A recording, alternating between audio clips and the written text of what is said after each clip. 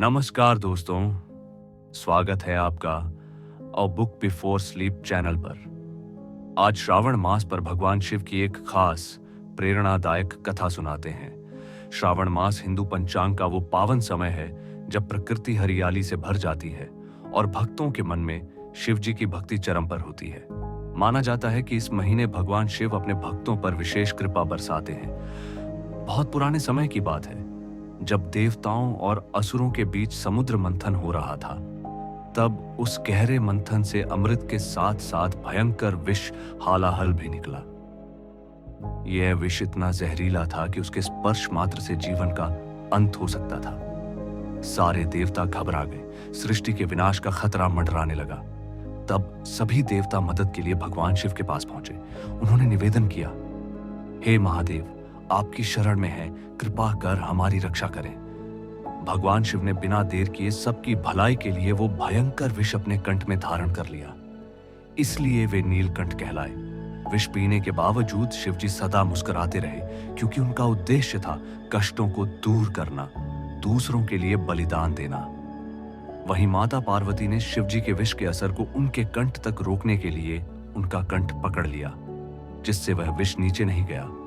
इस घटना ने संसार को सिखाया कि सच्चा प्रेम कठिनाई में भी साथ निभाता है। इसी याद में श्रावण मास की शुरुआत हुई। इस महीने माता पार्वती ने कठोर तपस्या शुरू की ताकि महादेव स्वस्थ रहें और संसार में सुख शांति बनी रहे। यही कारण है कि सावन में विशेष रूप से शिव जी का जलाभिषेक, पूजा, व्रत और भक्ति की जाती है। सावन महीना केवल कथा नहीं, जीवन का संदेश है। जब आप कठिनाइयों में हो, परेशान हो, तो शिव जी की तरह साहस और धैर्य रखना चाहिए।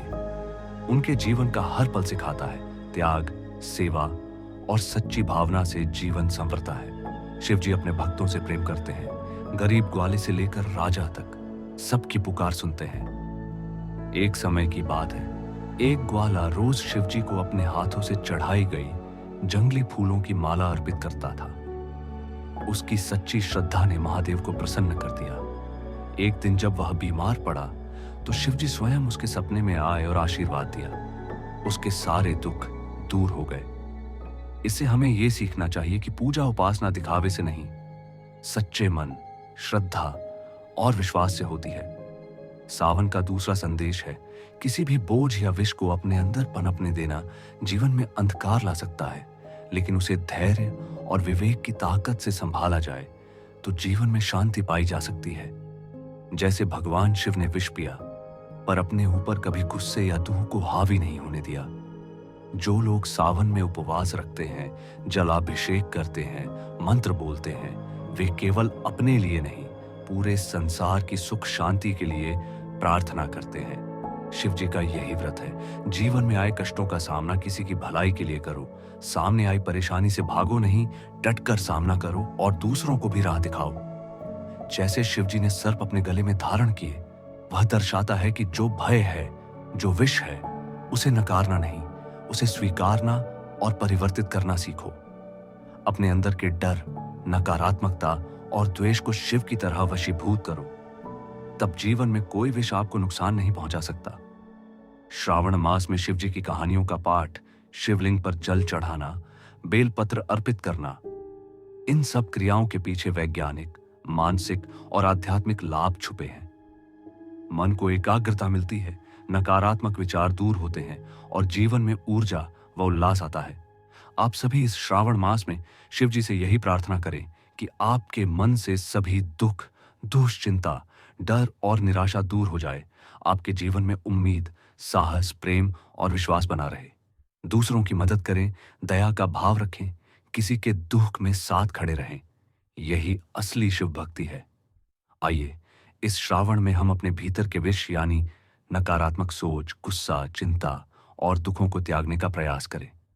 रोज सुबह परमेश्वर का नाम याद करें, दूसरों से प्रेम से बात करें, माता पिता और बड़ों का सम्मान करें और जब भी कोई मुश्किल आए, मुस्कुराकर उसका सामना करें। शिवजी के जीवन की तरह अपने जीवन को भी प्रेरणादायक बनाएं। अगर आपने इस कथा से कुछ सीखा है तो इस वीडियो को लाइक करें, अपने मित्रों और परिवार के साथ शेयर करें और a book before sleep channel को सब्सक्राइब करें ताकि हम आपके लिए लगातार ऐसी ही प्रेरणादायक कहानियां हम लेकर आते रहें। कमेंट में लिखें, आप अपने जीवन में भगवान शिव की कौन सी विशेष शक्ति या संदेश अपनाएंगे। याद रखें, आपकी आस्था और धैर्य ही आपके जीवन का सबसे बड़ा बल है। हर हर महादेव।